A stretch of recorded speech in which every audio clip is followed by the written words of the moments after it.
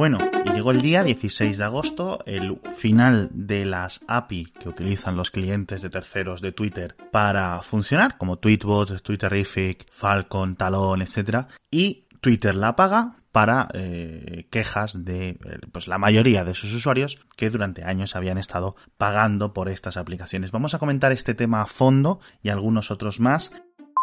Pero recordamos que el patrocinador de esta semana son los de Ironhack y si eres una de nuestras oyentes femeninas, si eres una mujer, tienes un 10% de descuento en el precio de sus cursos. Es un ahorro bastante interesante este 10% y obviamente pues tienen muchos cursos en muchas ciudades. Pásate por ironhack.com y revisas cuál es el que más te interesa. Uno de los más actuales, uno de los que comienza más pronto y que yo creo que puede interesar más a la audiencia de Mixio es este curso por las tardes presencial con grandes profesores, con grandes compañeros y que te va a dejar o vas a salir del curso sabiendo completamente diseñar una aplicación web desde la A hasta la Z, de pe a pa, como lo queráis decir, seas alguien que te vayas a poner a programarlo o seas alguien que quiere enfrentarse a nuevos retos como líder de equipo y ser capaz de dirigir a programadores para que completen estos productos o quieras ser alguien que simplemente quiera reciclarse, ¿no? Como trabajador. Entonces pásate por ironhack.com, miras este curso y todos los que tienen porque la verdad que son más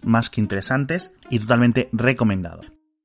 Pero bueno, volvemos al tema del día T, decíamos en la newsletter, se apagan estas APIs de streaming que utilizan, ya decía, los clientes tradicionales. Esto es algo que se esperaba, esto es algo que tenía que haber llegado hace varios meses. Twitter decidió, después de que hubo muchas quejas, retrasarlo durante creo que 3-4 meses hasta la fecha de hoy 16. Y bueno, para los que uséis estos clientes, ya los habréis visto, habréis tenido notificaciones, habréis tenido avisos incluso por parte de los desarrolladores de esas aplicaciones. Bueno, pues ¿qué es lo que cambia? No va a haber refresco automático del timeline como hay en las aplicaciones tradicionales. Ahora tendrás que esperar 1 o 2 minutos para que la aplicación, digamos, pueda acceder a la API de que le vuelve a dar todos los tweets que hay en tu timeline, ¿no? En la página principal. Tampoco va a haber notificaciones de cada retweet que te hacen, de cada me gusta que te dan, de cada vez que te mencionan, todo eso que se llegaba, ¿no? a nuestros móviles, a estas aplicaciones de terceros a través de la API que le llaman la API del stream.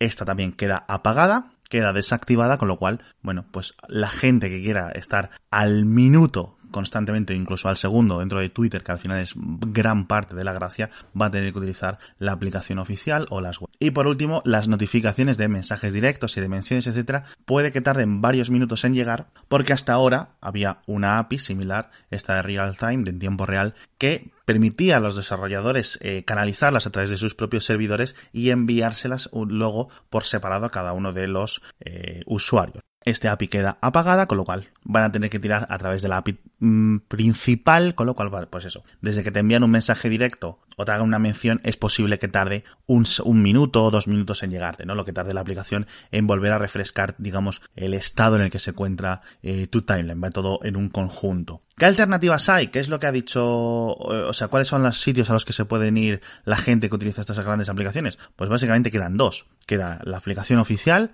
queda TweetDeck, que sigue permaneciendo activo para los que entréis en escritorio, relativamente recomendada, aunque es una aplicación que es como muy, digamos, muy profesional, muy completa, que la mayoría de las personas no quieren, y además la mayoría de las personas quieren algo sencillo o lo quieren en teléfonos móviles. Y la otra alternativa es la aplicación móvil de la web o la aplicación de Twitter Lite, por ejemplo, para Android. ¿Cuál es por decirlo así, la justificación que Twitter ha hecho o que Twitter ha dado para esto? Bueno, pues recordemos que hace años dice que no querían que aplicaciones de terceros replicaran el uso, el concepto de las aplicaciones oficiales de Twitter. Es decir, ok, nosotros os dejamos estas APIs de forma gratuita, pero para que hagáis otras cosas, para que programéis otro tipo de aplicaciones. Si vais a replicar lo que nosotros ya tenemos con la aplicación oficial, pues en algún momento del futuro esto va a quedar desactivado. Y ese momento del futuro es lo que ha llegado hoy, 16 de agosto de 2018. Luego, durante estos días, han estado varios jefes de producto de Twitter, incluso su director ejecutivo Jack Dorsey, dando excusas, etcétera, pero claramente lo que ocurre o lo que va a ocurrir es que este tipo de aplicaciones de terceros van a desaparecer o al menos van a cambiar muy mucho. A mí no me extrañaría que en el futuro se apareciera, ¿no?, una aplicación muy premium que costara 10, 15, 20 dólares o euros al mes, que permitiese costear servidores que procesaran, digamos, las peticiones bajo las nuevas características de las APIs de Twitter, porque algunas han quedado apagadas, pero otras simplemente han subido el precio o han quedado para, digamos, clientes enterprise, clientes corporativos. Entonces, este tipo de aplicaciones, de programarlas y de ponerlas en el mercado, ponerlas en la App Store, ponerlas en Google Play, requerirían un gasto considerable por usuario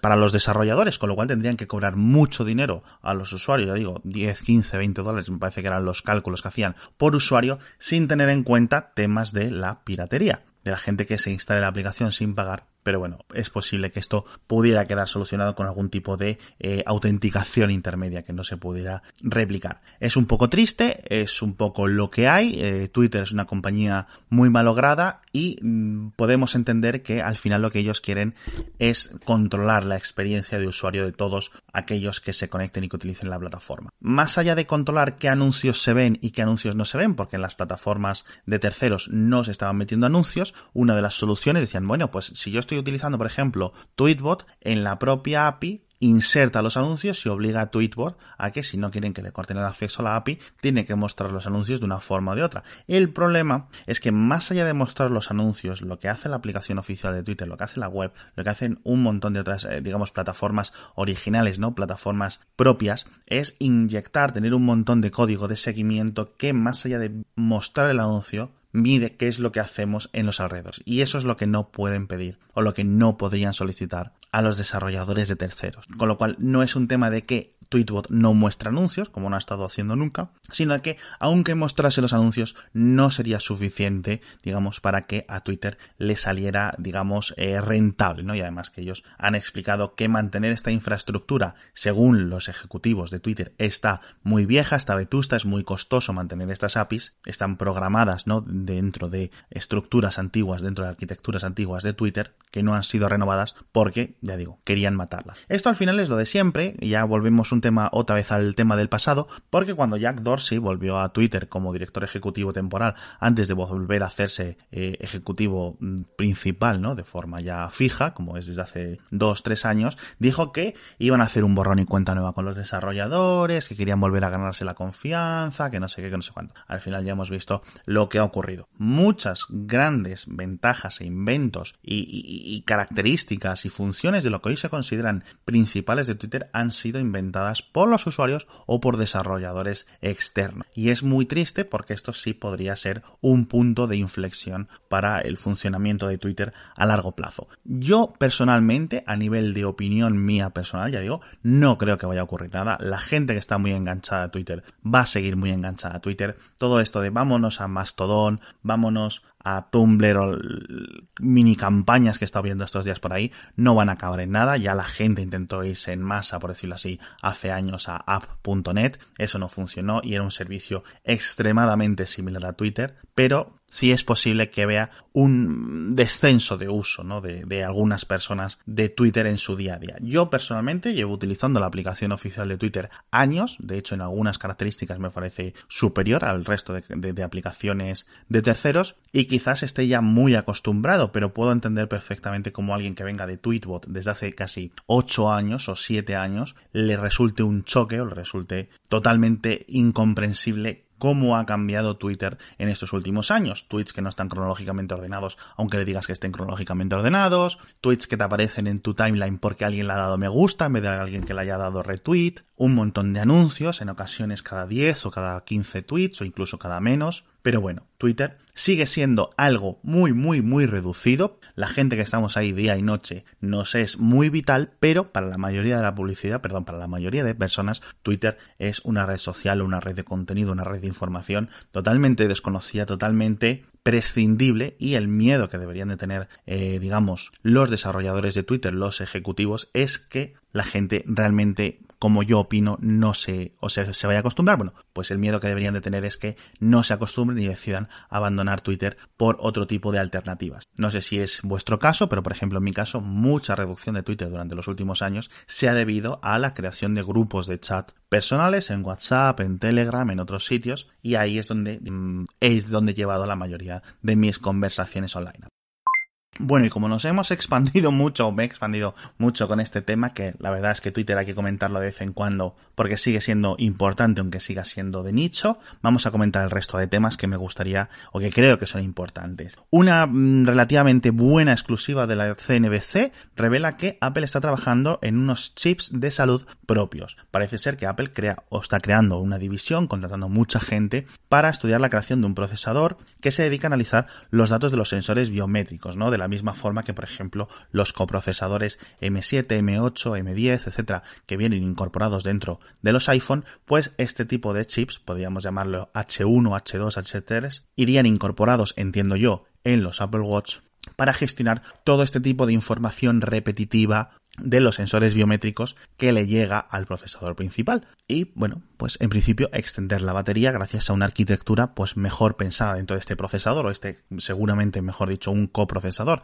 Actualmente creo que está utilizando un pequeño chip de Broadcom y, bueno, pues si se decidieran por crear su propio silicio y sustituir el de Broadcom por uno propio, pues podría ser muy interesante y avanzar en este campo, que al final eso es una de las grandes cosas que hace Apple, esta integración vertical que les permite decir, oye, mira, tenemos un buen equipo de ingenieros de silicio, ¿no? De ingenieros centrados en procesadores, vamos a aprovecharlo para ganarle. A lo mejor le ganas 20 minutos, a lo mejor le ganas 30 minutos de batería cada día al Apple Watch, pero ya es una ventaja, ¿no? Significativa y que permite integración de software-hardware, que es, ya digo, una de las grandes cosas que tiene Apple. No creo que llegue para este año, esto es una cosa que va a medio y largo plazo, pero va a ser muy interesante seguirlo muy de cerca. Y hablando de procesadores, Intel ha revelado hace un par de días 3 nuevas vulnerabilidades en sus procesadores, tanto la gama Core como la gama Xeon, que permite a los desarrolladores pues crear un malware que hipotéticamente, ¿no?, pueda extraer información de la caché L1 de los procesadores, ya digo, tanto de los Core como de los Xeon. Es muy similar en cierto sentido a la operativa, ¿no?, de Spectre, de Meltdown, etcétera, porque se basa en los datos que comparte la memoria, los datos que se están procesando en cada momento en los procesadores, ¿no?, en estos temas de multihilo y la implementación propia de Intel, ¿no?, que hace de este tipo de tecnologías. Pero bueno, por suerte, según Intel, no hay ningún exploit, no hay ningún hackeo, por decirlo así, ningún software que se haya encontrado que utilice este fallo de seguridad que ha sido encontrado por varios investigadores universitarios, académicos y por la propia Intel. Y bueno, a nivel de consumidores, para ti y para mí, va a llegar unos patches, o están llegando ya unos patches para macOS, para Windows, para Linux, etcétera, y no debería de venir acompañado de problemas de rendimiento, ¿no?, como estos hipotéticos o pequeños descensos de rendimiento que vinieron con los parches de Meltdown y de Spectre. Comentar que si tienes un procesador AMD, si tienes un procesador ARM en tu equipo o en tu teléfono móvil, en tu tableta, en principio no hay nada que esté afectado porque esto, ya digo, está incorporado dentro de la propia implementación de hyperthreading de la propia Intel. Así que, bueno, para los que no están afectados, pues no están afectados, y para los que van a estar afectados, pues un parche en camino que, ya digo, de nuevo, siempre que podáis actualizar vuestros móviles, vuestras tabletas, vuestros ordenadores, instalaciones o actualizaciones, ponerlas automáticas, que se hagan siempre y tenerlas siempre al día, porque al final esto es muy importante. Y por último, una cosa de Facebook. Hemos empezado con Twitter, vamos a cerrar hoy con Facebook, porque ya sabéis, lo hemos comentado en otras ocasiones, el impacto de las noticias falsas, de la difusión de las noticias falsas es muy fuerte, o ha sido muy fuerte en Facebook siempre, y grandes zonas del mundo que han llegado a Internet, ¿no?, durante los últimos 5 o 6 años, que su población, lo hemos comentado en Mixer, ya digo, ha aparecido a una Internet ya hecha y derecha. Y de repente tienes un país que tenía 0 millones o muy poquitas personas conectándose a Internet, y con la llegada de los smartphones, con la llegada del 4G, se ha conectado. El 60% de la población ha aparecido en Internet casi de la noche a la mañana. Uno de estos países, casi la mayoría en África y en el sureste asiático, es Birmania. Bueno, aunque yo prefiero seguir llamándolo Birmania, no sé si es el nombre oficial, aunque ya veis, en algunos otros sitios seguramente lo veáis escrito como Myanmar o referenciado como Myanmar. No sé si Myanmar creo que es el nombre moderno. Pero bueno, en Birmania hay un problema muy fuerte que lo conoceréis como las masacres, como el genocidio de los Rohingya, que es la minoría musulmana del país, dentro de o ocasionada por el gobierno o por milicias budistas o por la mayoría budista del país, y se están muriendo o han matado, mejor dicho, a cientos de miles de niños y de mujeres y de hombres de esta minoría musulmana. Y gran parte del problema de la difusión se ha dado en el propio Facebook, porque es la aplicación mayoritaria social que utilizan en este país. Y desde hace tiempo se le ha comunicado a Facebook qué es lo que estaba ocurriendo y que debería realmente hacer algo, porque no es lo mismo lo que puede pasar a lo mejor en España, en Estados Unidos, en México, es en plan, oye, este político es un corrupto, y es una noticia falsa. Oye, esta persona famosa ha hecho tal, y es una noticia falsa. Aquí es que las noticias falsas literalmente están matando a gente y están consiguiendo o logrando que la gente se mate, y se mate a nivel genocidio. Entonces, ¿qué es lo que ha hecho Facebook para intentar contrarrestar esto? Lo primero que ha hecho ha sido subcontratar la labor. En vez de poner trabajadores propios, lo ha subcontratado, creo que a Accenture, que es una empresa consultora mundialmente conocida, y han puesto o se han intentado a moderar el contenido, ¿no?, de las páginas más grandes, lo que se iba compartiendo en Facebook, etcétera, para ver qué contenido se estaba haciendo y cuál no. El problema es que muchos de los moderadores subcontratados que han puesto a verificar este contenido no hablan birmano, no saben leer birmano, con lo cual lo que ha hecho Facebook es utilizar herramientas de traducción de birmano a inglés para decir si un artículo incita a la violencia o no incita a la violencia. ¿Cuál es el problema? Pues según una investigación de Reuters, que es tanto muy buena como terrible por lo que cuenta, que os dejo enlazado en las notas del episodio, pues toda esta labor de los subcontratados está yendo bastante mal, y daba un ejemplo que me ha parecido terrible. Decía, uno de los artículos que no ha sido borrado, que no fue borrado por Facebook originalmente, en birmano original decía, y cito, matad a todos los kalars que veáis en Birmania, ninguno debería de quedar vivo. Y la herramienta de traducción automática de Facebook se lo mostraba a los moderadores que no hablaban birmano en inglés, en una cosa que os traduzco yo más o menos, que dice, cito, no debería tener un arco iris en Birmania. Yo, obviamente, de birmano no tengo absolutamente ni papa, como yo creo que el 99,9% de los que me escucháis, pero ciertamente esto me parece un error garrafal, terrible. Yo no sé si como director de Facebook hubiera decidido, mira, voy a apagar la plataforma, voy a clausurar Facebook en Birmania, a pesar de que pueda perder unos pocos millones de euros o lo que pueda ser, porque tampoco creo que estén sacando mucho dinero de un país así, al menos como para limpiarme las manos y no ser cómplice, ¿no?, en este genocidio o forma de o que la gente esté utilizando mi plataforma para organizarse para asesinar gente. O sea, me parece una falta totalmente de coraje o de valentía por parte de Facebook, y una muy mala forma de gestionarlo con estas subcontrataciones, digamos, tan cutres y todo tan mal hecho, ¿no? Y entonces todo lo malo que Facebook y todos los dramas y todos los problemas de los 2 últimos años de Facebook, que los podemos haber encontrado en Occidente, ¿no?, como el tema, ya digo, de las noticias falsas, la influencia, el robo de datos, etcétera, palidecen en comparación con lo que están sufriendo en Myanmar, en Birmania, por el mal uso de esta plataforma, ¿no? Y porque al final los algoritmos deciden, ¿no?, promocionar este tipo de contenido. Me parece bastante triste. Y poco más por hoy, muchísimos más enlaces en la newsletter, como siempre. Muchísimas gracias a todos por escuchar, muchísimas gracias a Ironhack por patrocinar este episodio. Ya sabéis que os podéis pasar por su página web para mirar si tenéis algún curso que os interese dentro de los múltiples cursos que ofrecen. Ya digo, sepáis programar, no sepáis programar, o queráis simplemente pasaros a un tipo de mercado, un tipo de sector laboral en el que no es que el paro o el desempleo no haya, pero sí es ciertamente que es uno de los sectores donde hay más ofertas de trabajo, los trabajadores están más demandados, así que totalmente recomendado. Y muchísimas gracias de nuevo, y nos escuchamos en el próximo episodio. Mixio es una publicación diaria sobre tecnología creada por un servidor, Alex Barredo. Suscríbete en mix.io y recibe todas las mañanas un correo electrónico con los mejores enlaces tecnológicos del día.